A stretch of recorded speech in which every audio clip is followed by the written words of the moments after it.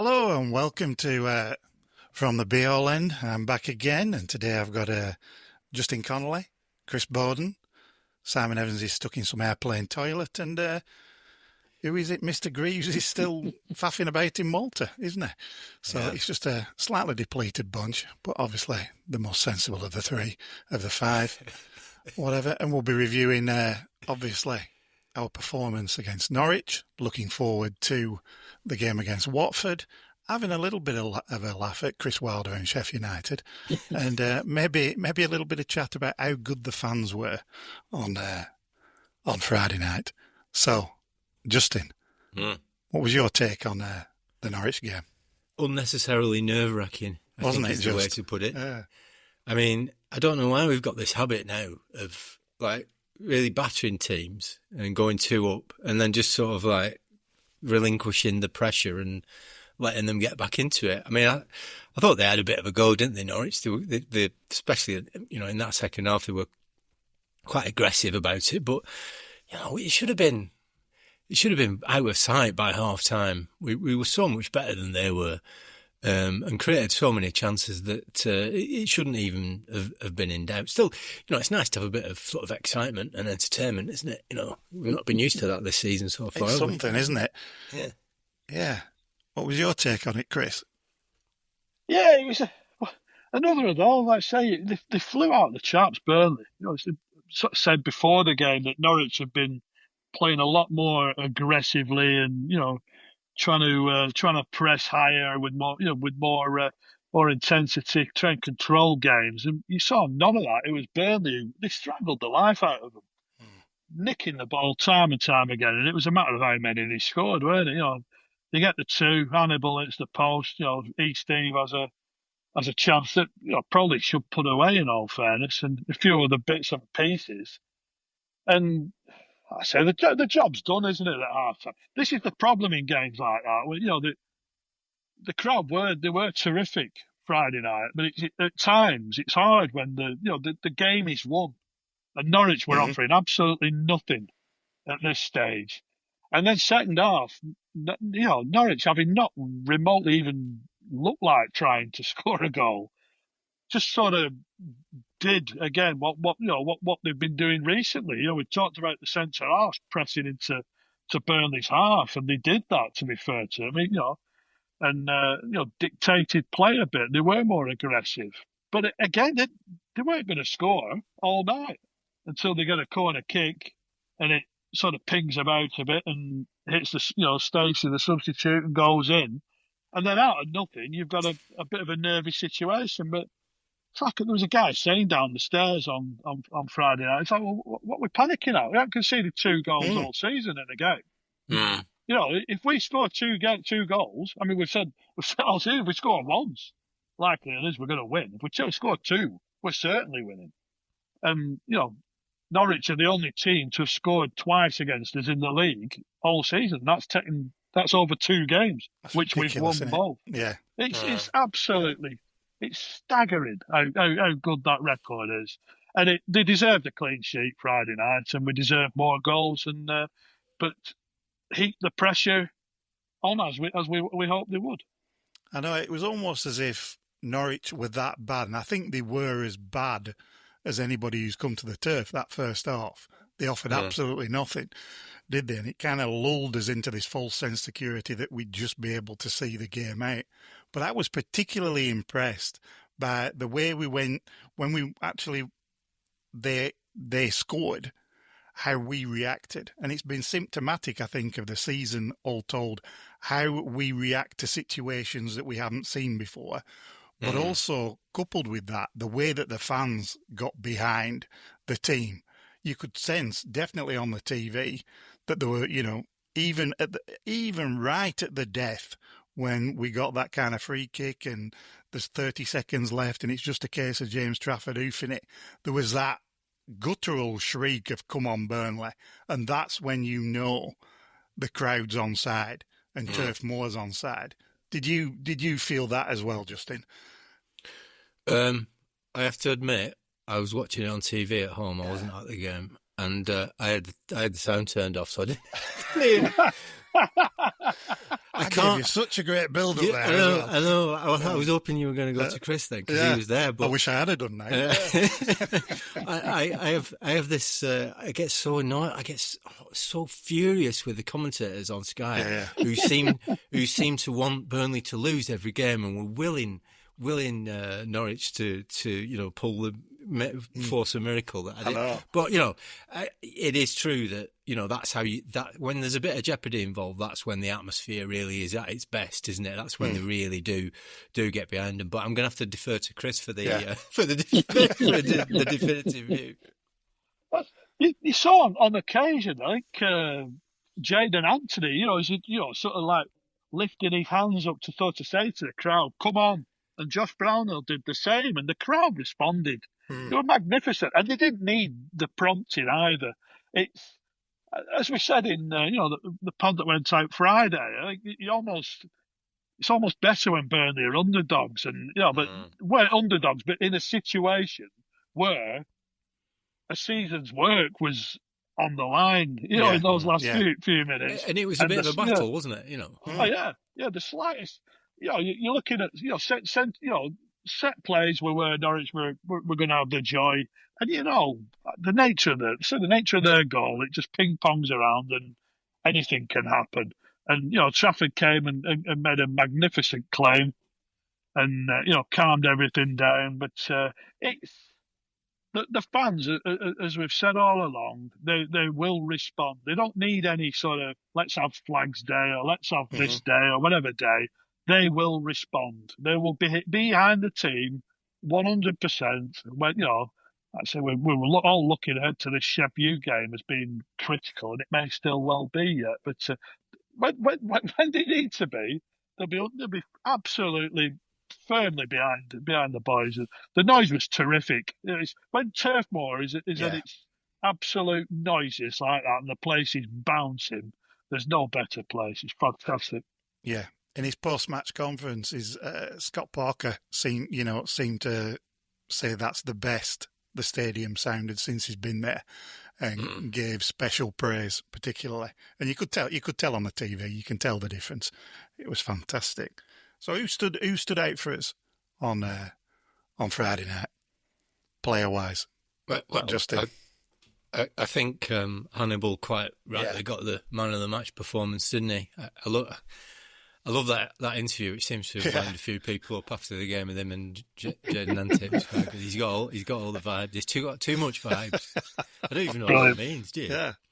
I like it though. I thought it was brilliant. Barnsley and Bez back in, haven't they? Yeah, I thought. To me, that's injuries notwithstanding. I think that's our best team that started on Friday night.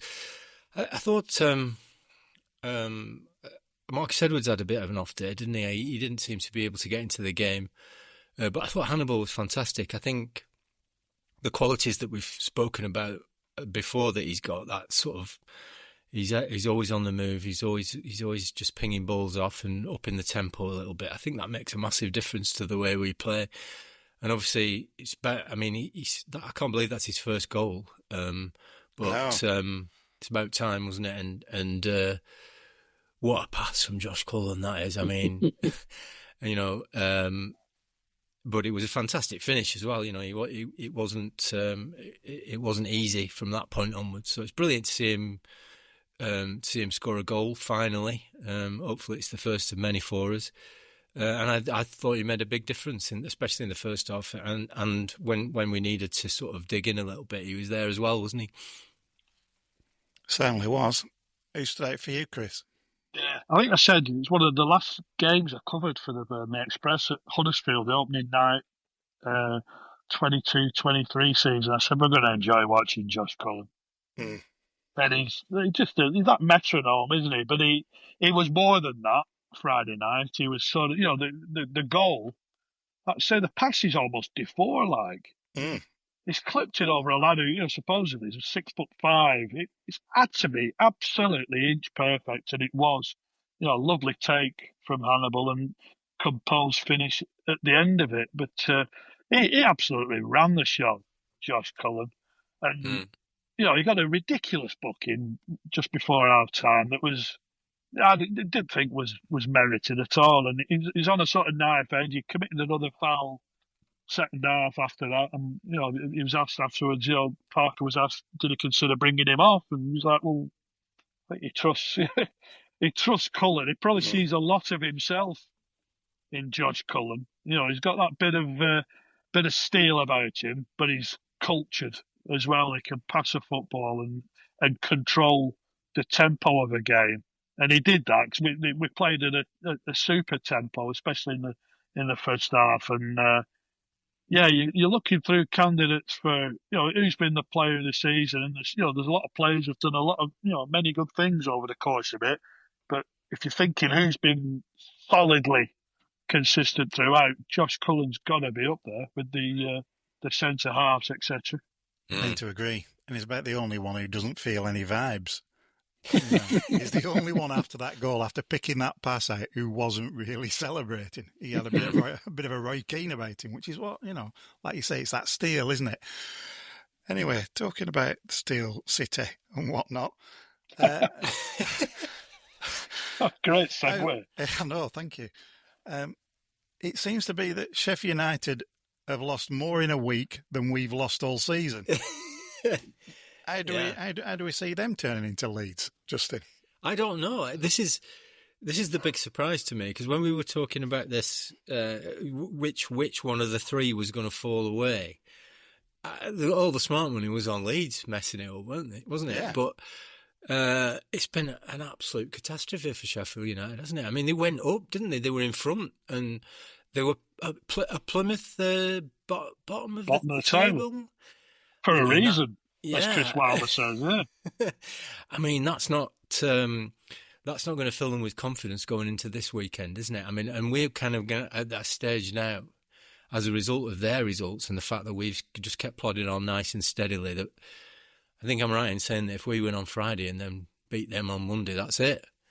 Game over. And to be in that position where you can seal promotion with 2 games to go, I never would have imagined that. Even a month ago. So it's an extraordinary blow up on their part, isn't it? Incredible. Chris Wilder's response to it has been enormously amusing. I mean, there's a lot of people were suggesting that when Sheffield were grinding out these results, and a lot of people were saying, well, the data suggests that they've been quite fortunate to get these results, and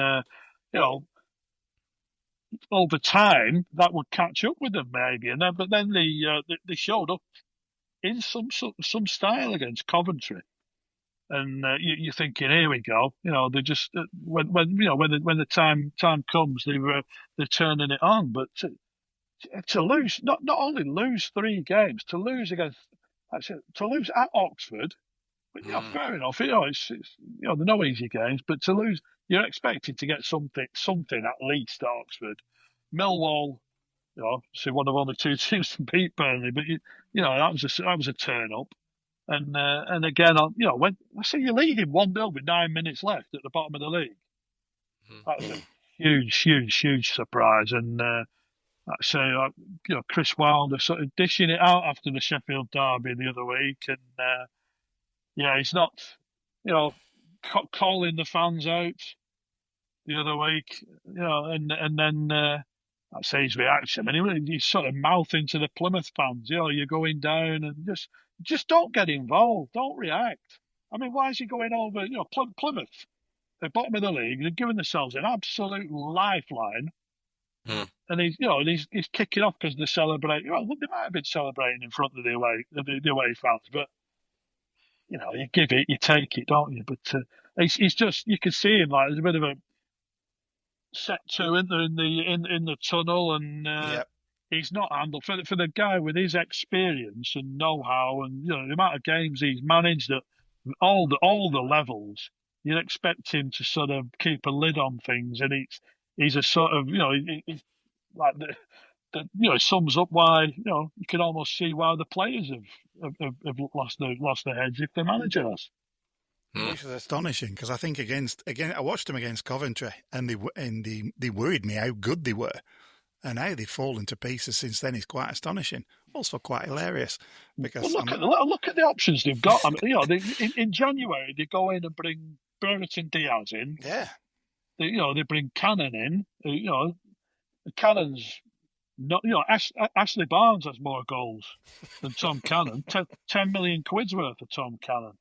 It's been quite. You throw Tyrese Campbell into the mix. O'Hare's a fabulous player. Harmer in there. They were top squad, as have Leeds. And I thought Leeds arguably had the best squad in the Championship, but it's probably a toss up for us in Sheffield. And I don't know what's happened at Bramall Lane, but it's a real turn. Yeah, it's going to be hilarious watching them completely screw up the playoffs as well. Anyway, enough of them. So we've got Watford coming up on Friday. I managed to watch them a little bit, and obviously they're seem to be a little bit ragtag when it comes to any form of defensive work, but they look to have enough pace and a little bit of something about them up top. I mean, it's crunch time, and like you just said, Justin, it's win that, get a result against Watford, get a result against, Sheffield United Monday, and like you say, we're pretty much up. How do you see Watford playing out? Or how would you like Watford to play out? I don't know. It's so difficult to predict these games, isn't it? Because every game now, it's a cliche, isn't it? Because it's true, but every game now is like a bit of a cup final for us because there's so much on the line now, and it's just we're almost reaching the finish line, but it's just out of reach. And these sorts of games are the ones where you really you test your nerve, don't you? It's kind of one of those where I find it very difficult to imagine that we're going to suffer a blow-up of Sheffield United proportions just because we've been so consistent all season, just because we've had that. And I think Parker's very keen on this idea that you don't go too high and you don't go too low. It's you stay on an even keel, and I think that's what he will be instilling in the lads this week, that it's just another game. The next game, it's just another game. That's how they've dealt with it all season, and you can see that on the pitch when they come out. They're not fazed by anything. Just to harken back to what you said before, how they reacted to a situation that they've not really been in that second half against Norwich. Just steady away, just do what needs to be done and get the job done. And I'm hoping they'll approach it in that way, that it's just another game. We've got to get the job done. And it's all just another step closer to where we want to be. But like I said, when you get to the stage where there's the potential that you can finish it off, if we, with 2 games to spare, if we maintain anything like the form that we've shown consistently, without hardly any blips at all on the road, we'll be okay. I don't want to. I'm a bit nervous about gloating too much about Sheffield United because these things can come back to bite you, can't you? But it's on the horizon now, isn't it? And we're of the 3 sides, we're one of the 2 that's riding in the right direction. That sounds fair, and I do get what you're saying, because it is one of those things you don't want to gloat. But if you're an outsider looking in, and you were to say, whatever record you want to throw out there, 29 games unbeaten, you know what I mean, and it's just ridiculous. And you would not say for any love and money. I saw Rob Green on the BBC saying, just pencil them in. They've got the vibes. They've got it sorted. They've got their head straight. And it's something weird would have to happen now, wouldn't it? It would have to be something Sheffield United-esque. It is football. Don't do that. It is football, and weird things do happen. So let's just. Okay, I'll temper it. And I'm sure Chris will. Well, we've been. If you think, I saw a table, a few hours ago, I think we've been in the top 267 days or something like that, and Sheffield have been in top 2 twice as long. But it's like musical chairs, isn't it? When the music stops, and we've been chasing. That shows the mentality that we've been chasing. We've been hunting these top two down, and when the tables have been turned and Sheffield have been doing the chasing, they've fallen away a little, and it just sums up the mentality in the dressing room from the manager. And I've absolutely no reason to doubt this group at all. They've sensed this. They believe it. They sort of have that feeling I referred to. The 2009 team. They knew they were going to get promoted, and they went and did it. They went and delivered it, and this lot, I'm sure they will go and deliver the goods now. However it gets done, they will do it.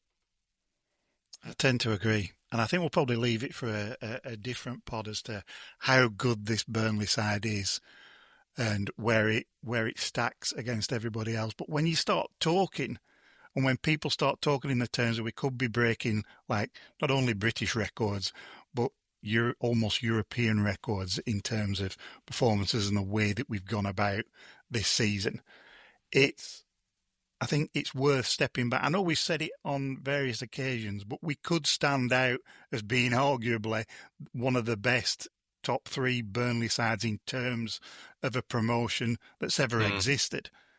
And I think we should probably take stock of that at some point and go around to all the naysayers and give them a little bit of a slap and set fire to the season tickets. Because I know it hasn't been naysayers pretty. Like me. Well, even me to a greater or lesser degree, because sometimes it hasn't been pretty. It hasn't been the most exciting, has it? It's not been an entertaining season, but I will say this. I think part of the reason, it almost feels like we're taking it a little bit for granted now, especially the second half of the season. And I think it's because it's like a negative, isn't it? It's like we're celebrating things. It's difficult to celebrate things that aren't happening. Yes. You know what I mean? It's people aren't scoring goals against us. There hasn't been a moment when that's been something that's, smacked us square in the face. It's just happened, relentlessly across the whole season.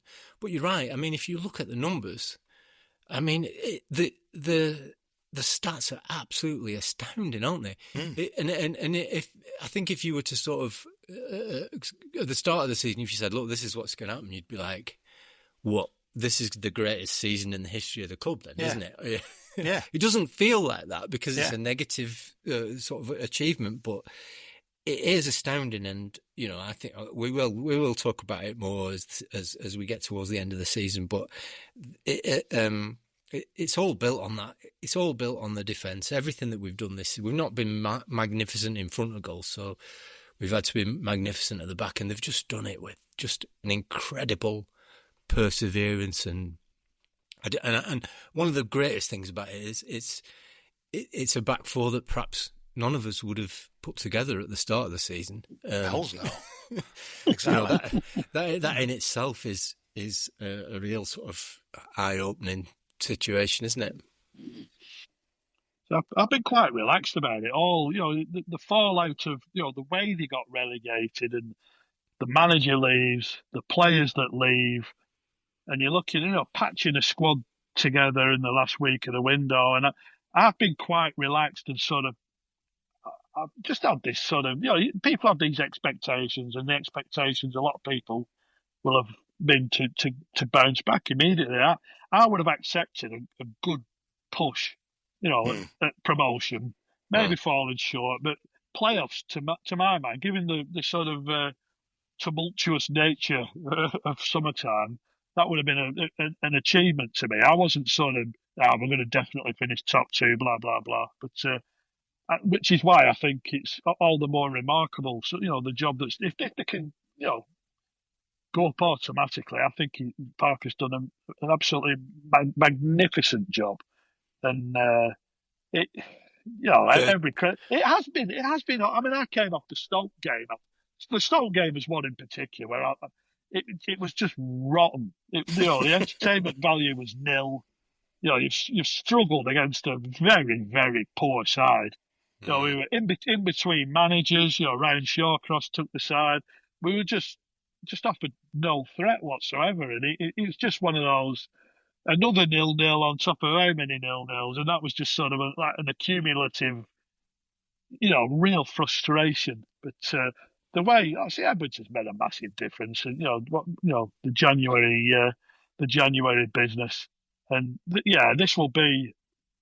I said you only have to say, like I said, never mind how many goals they've conceded and how many unbeaten they are, how many games they've lost.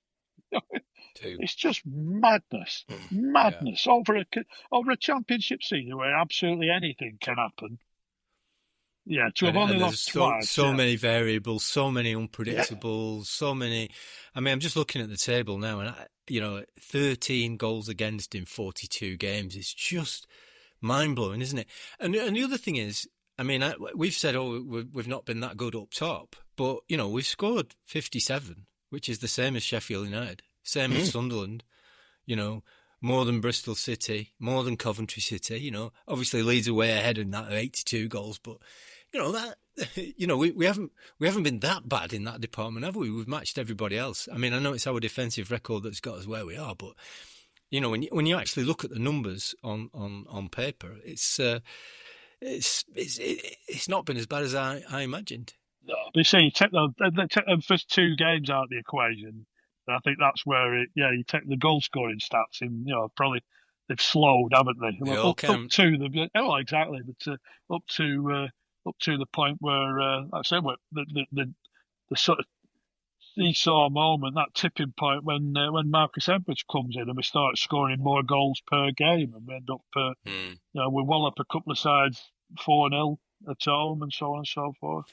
There's also been quite a few where we've done what we did on Friday, which is go up 2-0, thrashing aside, and then just stepped off the gas. Those get that. Friday could have been another 4-0, couldn't it, if we'd carried on in the same vein? But Watford at home was similar, wasn't it? They nicked one late on, but I said no panic, is there? Parker will, gets Joe Worrell goes on, which was a sensible thing because they were winning a couple of knockdowns here and there, and Sarmiento brought a bit of energy. I thought, he did ever so well, and Barnes is just nuisance value, isn't it? Yeah. Well, as ever, thank you, gentlemen. We'll leave it there, and pretty much have a fabulous week. Look forward to Watford. Don't get overly excited. Don't get too depressed, and as ever, up the Clarets.